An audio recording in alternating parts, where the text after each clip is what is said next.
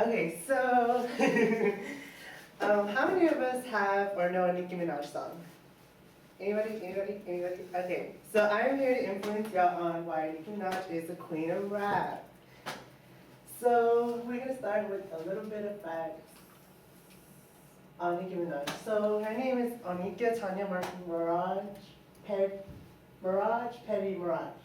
Born December 8, 1982.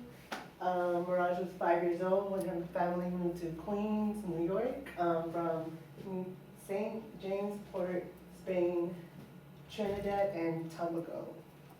Which, if y'all don't realize, she is an immigrant. She was an immigrant when she came to the United States. Nicki Minaj's first song was Ease Up on January 1st, 06, which debuted on MySpace, where she grew her following, the bars there. Lil Wayne discovered her mixtape, Sucker Free, and Beat Me Up Scotty, later signing her to Young Money Entertainment, Wayne record label.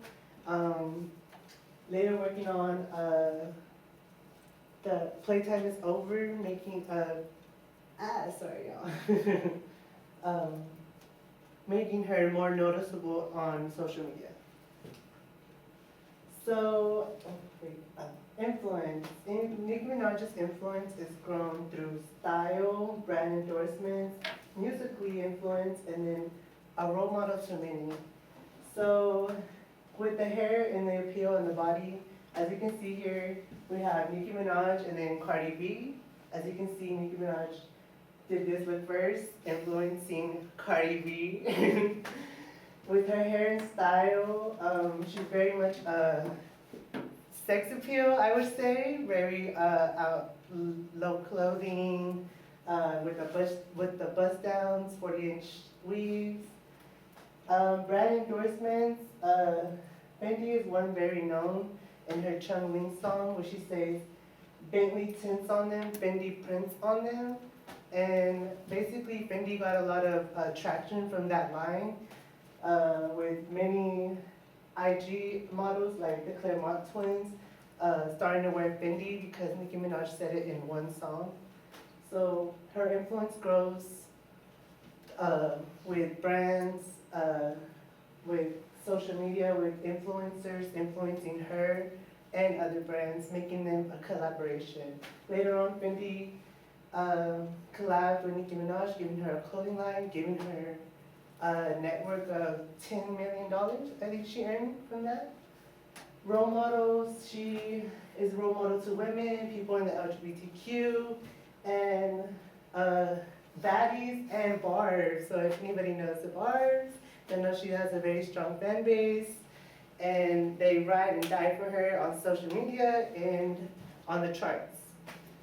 Musically influenced, like I said, on the charts, Billboard Hot 100, she has over she has 3 singles that are Hot 100, and then 10 that are overall Hot 100 with features and stuff, not singles.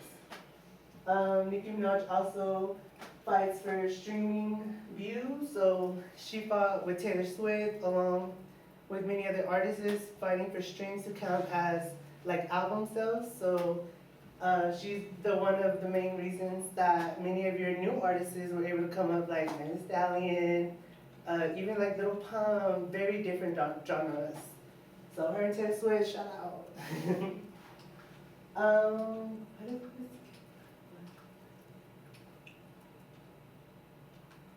Okay, so to do a couple comparisons, I did Megan Thee Stallion, since she recently had a tour as well, and then Nicki had a tour as well. I would have done Cardi B, but she hasn't really done too much recently. She's been like on the low. So Pink Friday 2 sold over 224,000 equivalent units on its first week, which pure unit sales were only 92,000. And then Megan, in her album Megan, sold approximately 64,000 units, and only 16K were pure album sales.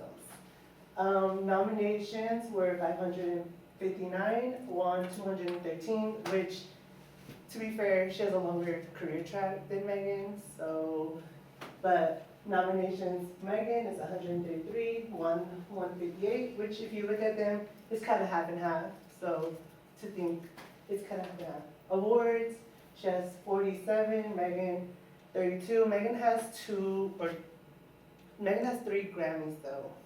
Nicki Manaj has 0. No Grammys. Pink Friday 2 sold, her tour sold 439,000 tickets, and then Hot Girl Summer Tour sold 240,000 tickets. 3 #1 songs on the Hot Billboard 100, 2 #1 songs on the Hot Billboard 100. And then I am cited by some Google articles, Genie, My Time documentary by Nicki Manaj, and Billboard charts, Rock Nation, and that is all I have. Thank you.